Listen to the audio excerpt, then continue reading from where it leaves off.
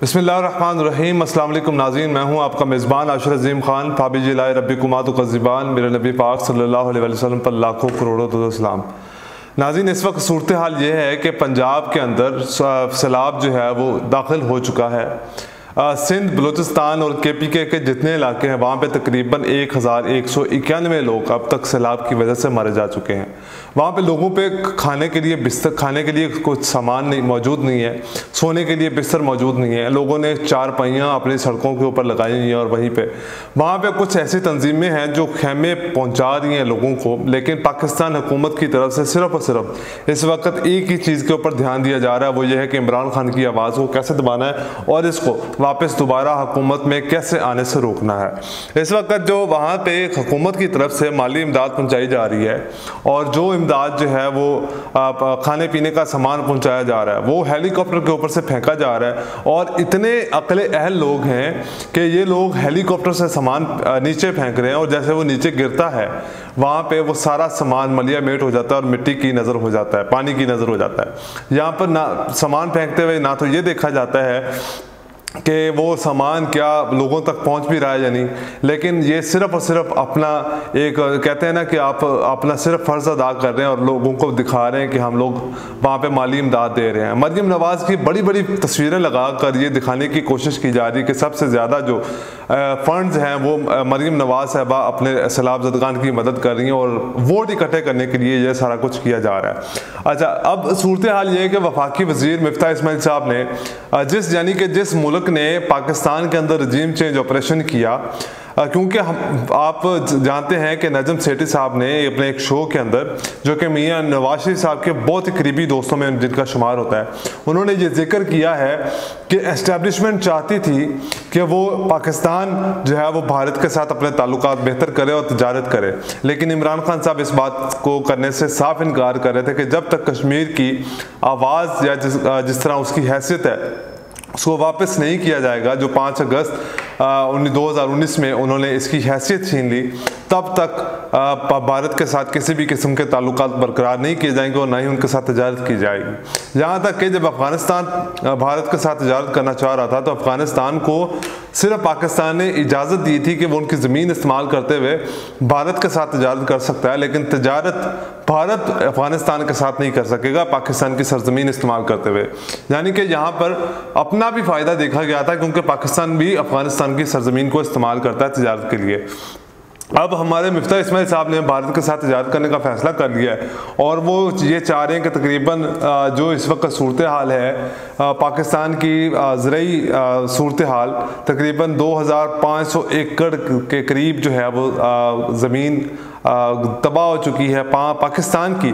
जो सिंध के अंदर या बलूचिस्तान के अंदर जो गंदम ज़ख़ीरा की गई थी उसमें 5 अरब रुपए तक का नुकसान हो चुका है। यानी कि इस हुकूमत ने पहले ही एक तो गंदम का ज़ख़ीरा नहीं किया और इसके बाद सैलाब ने कुछ रही सही कसर निकाल दी और अभी ये जो सियासतदान है ये जो अपना पेट लेके बाहर निकलेंगे, कुछ नुकसान पाकिस्तान की आवाम को ये भी करेंगे और जो 5 अरब की जो गंदम ख़राब हुई है उसको 10 अरब तक पहुंचा दिया जाएगा ताकि पाकिस्तान की आवाम को फिर से लूटा जा सके। अब IMF के साथ इनके मुज़ाकरात हुए थे, IMF के साथ इनकी डील हुई और इस डील के अंदर ये सारा कुछ जो है भारत के साथ तजारत करने की जो कोशिश की जा रही है वो IMF के साथ डील की गई है कि वो पाकिस्तान भारत के साथ ताल्लुकात को बेहतर करेगा और उसके साथ तजारत को फ़रोग़ देगा और भारत को हमेशा अपने लोगों का खून पसीने की कमाई उनके साथ तजारत करके उनके हवाले करता रहेगा और बहुत सारी करप्शन के बाद कुछ सामान भारत के साथ तजारत की जाएगी और किसी किस्म का ना कोई गवर्नमेंट और पाकिस्तान टैरिफ लेगी ना ही कोई टैक्स लगाएगी। यानी कि भारत को मुकम्मल खुली छूट दे दी गई है कि वो पाकिस्तान में आकर पैसा भी कमाए, लेकिन उसको ना किसी किस्म का कोई टैक्स देना पड़ेगा। और इस हुकूमत ने IMF के साथ जो मुआहदा किया था पिछले माह, इन्होंने तकरीबन 27 अरब रुपए का टैक्स इकट्ठा किया, पाकिस्तान की आवाम की हड्डियां निचोड़ के पेट्रोल महंगा करके, यहाँ तक कि पूरी आलमी मार्केट के अंदर पेट्रोल की कीमतों में कमी वाक़ हुई है। जबकि यहाँ पे इस इम्पोर्टेड हुकूमत ने जो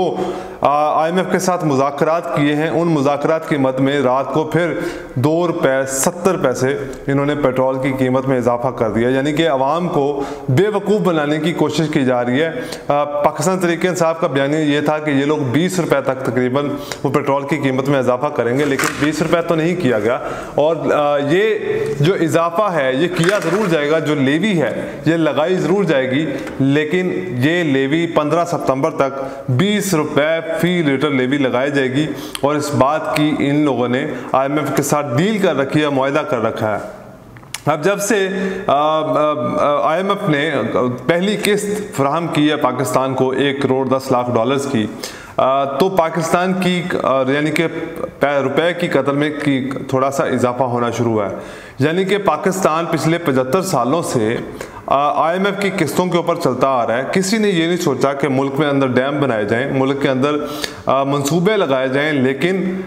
हम सूद के ऊपर, एक मुस्लिम रियासत एक सूद के ऊपर कर्जा लेने के ऊपर ये इम्पोर्टेड हुकूमत इतना खुश हो रही है जिसकी कोई इंतहा नहीं। सूद के ऊपर कर्जे लेकर पाकिस्तान को चलाने की कोशिश की जा रही है, लेकिन पाकिस्तान की आवाम को ये बताया जा रहा है कि इन्होंने बहुत अच्छा काम किया और पाकिस्तान को डिफॉल्ट से बचा लिया। जबकि पाकिस्तान बहुत ही अच्छी मुईशत चल रही थी, बहुत अच्छा जो ब्रेक डाउन आ रहा था पाकिस्तान की मुईशत के अंदर इमरान खान साहब के दौर में, इन लोगों ने सिर्फ और सिर्फ अपनी सियासत बचाने के लिए पाकिस्तान की मुईशत का बेड़ा गर्क करके रख दिया। आते ही सहाफ़ियों के साथ वो सलूक किया